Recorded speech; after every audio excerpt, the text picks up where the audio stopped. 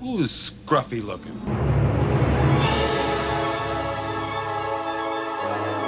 What is up, my fellow nerds and gangsters? Welcome back to the Spiffy Nerd Herder channel. I am Danny, and today I thought it'd be a little appropriate that we talk about film scoring and directing the composer. Now, composers are worth their weight in gold, guys, so treat them as the talented individuals they are, and know that they know more about music than you do. That's not possible. For Vader, Jacob A. Cadamus and J. Scott Riccozzi both hit it out of the park, and I'm eternally grateful for what they brought to the film.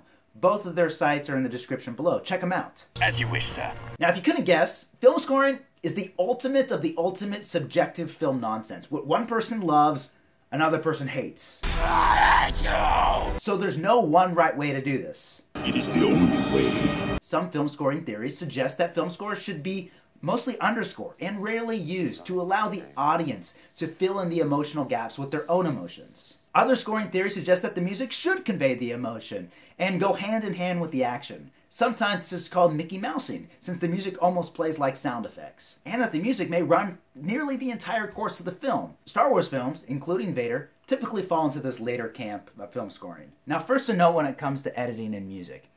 Don't edit to temp music. Get your film to be absolutely incredibly awesome and just good without music, so that when you do add temp music and then your final score, your movie's gonna be incredible. Impossible, I'm afraid.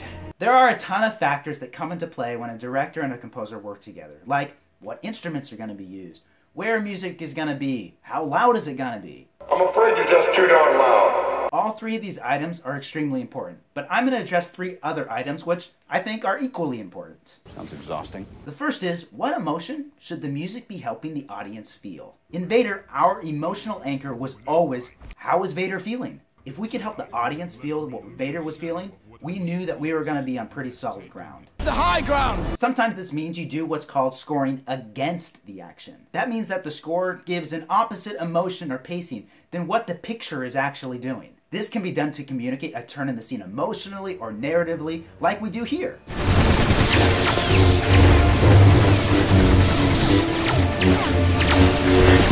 Or can be used to emphasize the emotional subtext of the scene. For instance, this is a clip from a film I did to get into USC Film School a lot of years ago, and it was composed by J. Scott Riccozzi.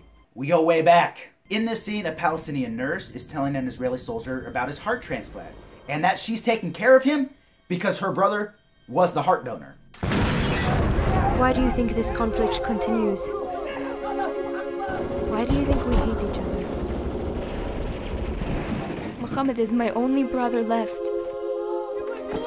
And now he is thinking about becoming a jihadist too.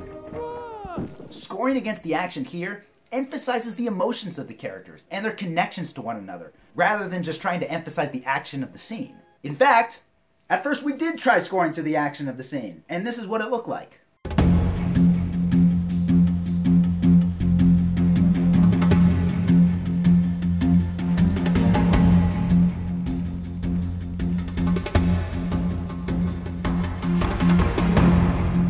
A huge difference of emotion, an entirely different focus. It's a different scene, essentially. So don't be afraid to use your music in a way that goes against the obvious. Now, this film is old, and I like to think that I've grown a little bit as a director since then. Scott says that he likes to think he's grown a little bit as a composer since then. But if you'd like to see it, I'll be happy to post it. Just let me know in the comments below. Let's move on. The second thing I like to hold on to as a director when working with the composer is I like the music to fit the picture and to fit the narrative story beats like a glove. So I'm a little bit more in the Mickey Mouse camp.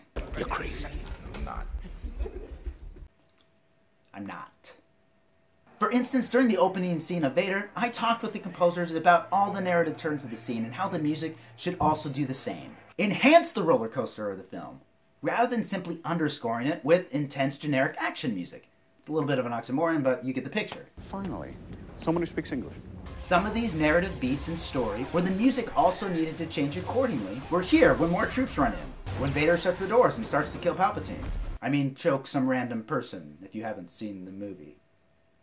Here, when the doors are blown open. Here, when the cannons start firing. These are all very calculated story beats from the scripting stage, for the scene to build upon itself, and most importantly, to escalate the drama for Vader. There is no escape. So it was very important that the music reflect those changes and build upon them for the maximum dramatic effect for the story. As a little bonus, Here's another massive narrative beat in the story, but what did we do? We took the music out to emphasize Vader's emotional states and how now we're in reality, baby. Then we do the opposite when Vader ignites his saber at the very end of the film. We take out the music before that moment to give it greater emotional emphasis. Giddy up. So sometimes taking music out is much, much more powerful than leaving it in. I learned that from the late, great music editor Kenny Hall. I learned everything I know from him. Third is an overall very simple direction I give and probably the most subjective. Perfect! Overall, guys, I like fast-paced movies. What can I say? I didn't know that. I like the music to hurtle our story forward. I knew it! I knew it! An example of this from Vader is when Vader is traveling through hyperspace. We really wanted the music to convey that the story was hurtling us forward to an adventure. So we wanted the music to almost feel like a march.